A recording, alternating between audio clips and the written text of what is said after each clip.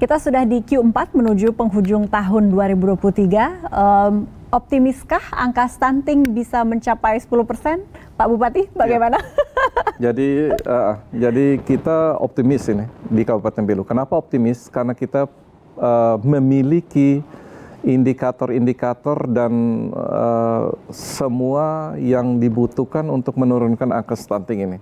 Jadi satu di kekuatan infrastruktur yang kita punya atau jaringan sumber daya manusia yang kita punya. Jadi di hampir 500 ya 450 lebih posyandu kita di Kabupaten Belu.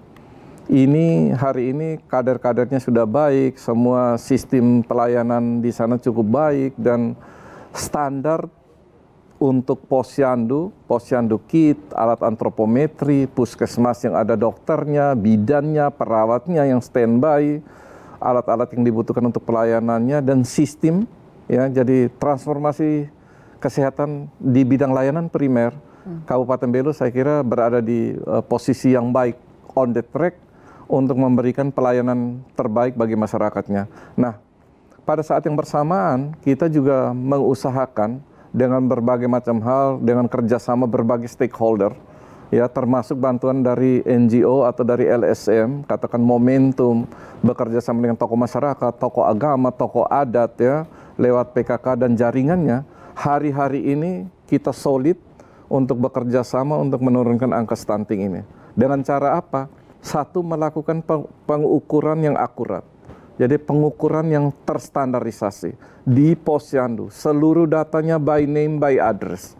Ya, screening terhadap ibu hamil, ibu yang mau hamil, ibu yang hamil diperiksa kesehatannya. Bahkan hari ini kami di Kabupaten Belu adalah salah satu kabupaten yang seluruh puskesmasnya ya hari tahun ini sudah memiliki ultrasonografi 2 dimensi untuk memeriksakan kesehatan ibu hamil.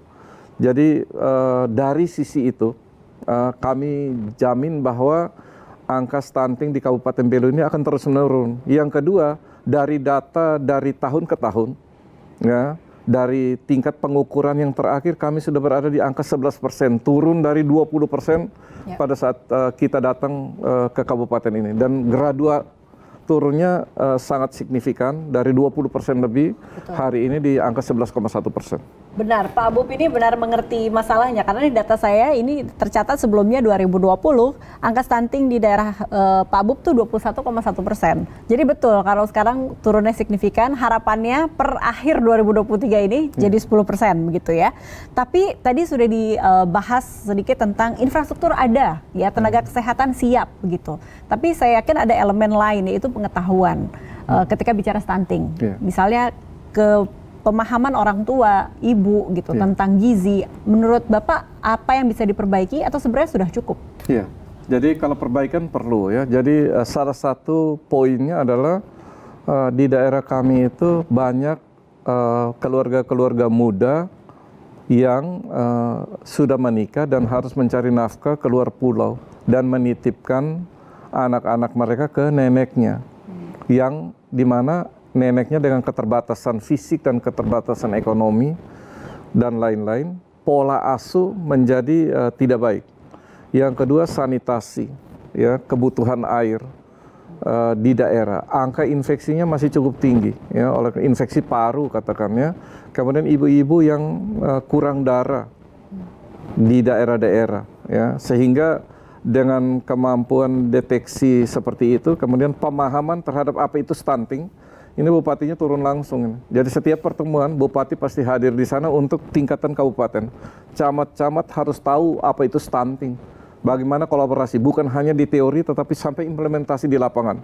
Mengawal atau melihat, memantau langsung timbang bayi, pemberian makanan tambahan. Kita hampir semua posyandu ya lewat dana ketahanan desa mengalokasikan pemberian makanan tambahan bagi anak-anak stunting. Hari ini di bawah angka 2.000 anak-anak stunting di Kabupaten Belu. Jadi angkanya sudah sangat menurun dan sudah di bawah angka target nasional yang diberikan oleh Presiden Joko Widodo di 2014 itu di bawah 14%. Jadi dengan semua pendekatan multisektor bersama-sama untuk penurunan stunting ini, kami berkeyakinan bahwa angka ini akan terus menurun. Kembali lagi bahwa memang pengetahuan terhadap stunting, terhadap pola asuh, terhadap penyakit-penyakit di ibu-ibu, di keluarga-keluarga yang baru menikah perlu ditingkatkan sehingga asupan protein terutama ya.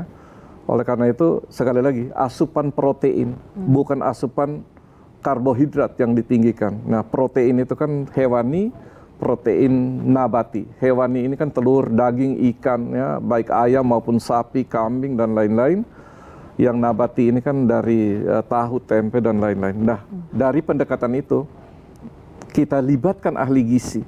Kita olah makanannya secara baik yang bisa dikonsumsi oleh anak-anaknya.